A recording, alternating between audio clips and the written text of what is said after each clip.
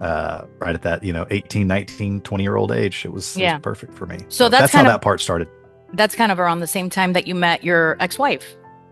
Yeah, actually, we met right before 9/11. So I was a private in the 82nd Airborne Division when 9/11 happened, and we had just been talking on the internet back with dial-up. How funny. Doot, doot, doot, Met in doot, an AOL doot. chat room. You've got Yeah, mail. it was no, that was exactly what it was like. I remember the first time, yeah, she sent me a picture. It like loaded like real slow. Like I get to see. Like, I'm trying to wait for the whole picture to What load does she up. look like? Oh Oh, man, you you just took you it was just took wild. you just took me back a couple of years. Yeah. That was So yeah, great memories. yeah, Yeah. that was 2000, summer of 2001, and then shortly after 9/11, we got to meet in person. We had just been talking online up to that point. So yeah, I ended up doing 8 years on active duty. Had a deployment to Iraq. I served as an Army recruiter here in the Dallas-Fort Worth area. That's when my ex-wife and I got married. And then after 8 years on active duty, I switched to the reserves, did some corporate time, worked on finishing my undergrad, served, ran a nonprofit for wounded disabled veterans, did lots of fun things, and have stayed in the reserves ever since until just this past year. So yeah, I've got 24 years in the Army. And Feels like yeah. how do you feel that being in the military for so many years? I mean, that it is a long time, right? 24 years in the military, even if you were in the reserves at the time. How do you feel that that shaped your life to where you are today?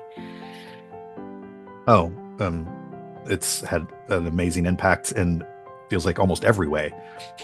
It hasn't all been great. Some of it I uh probably would have rather had done without, but no, it, it, looking back at it now, I wouldn't change anything. I might have done a few things a little bit differently, but I still would have served, still would have stayed in. And I feel like in a lot of ways it has made me uh, a lot of the best versions of a lot of the best the version of that I am of myself. I feel I never would have come to if it hadn't been for those Sure. experiences. So yeah, I'm Absolutely. very happy I did it. How difficult was it to transition from, military to civilian life? Was that difficult?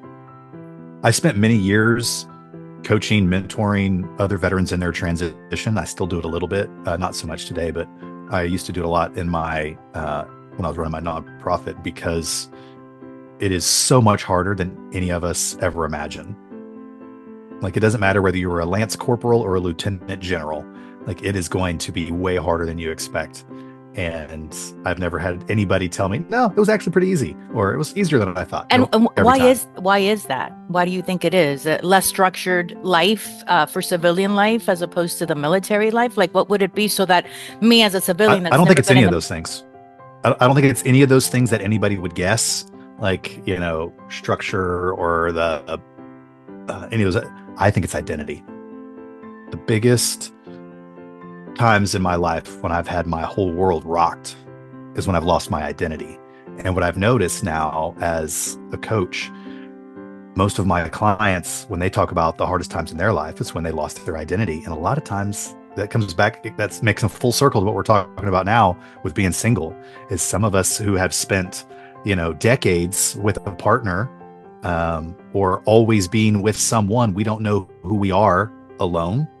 And right. that's scary because It it is. like you remember like the 90s movies where it's like the the girl who dates the football player, and then she doesn't know who she is without him. It's like she's always been so and so's girlfriend, and then she's so and so's wife, and now she's like, oh, I don't know. It happens to guys too, maybe in a different way, and in some ways maybe it's not as tied to the relationship as it is for women. Oftentimes it's more Right. with their job, with their role. Like in the military, you have a title, you have rank, people follow orders, that you give. Like there's so much tied around that. And for women, I think it's more commonly tied to the relationship that you're with. So both of those, when they change, can rock your identity and you don't know who you are, and things like that. And that is where the real struggle comes from. So I don't think it has much to do with routine, structure type things. Those things can be hard, but those can be much more easily overcome, in my opinion,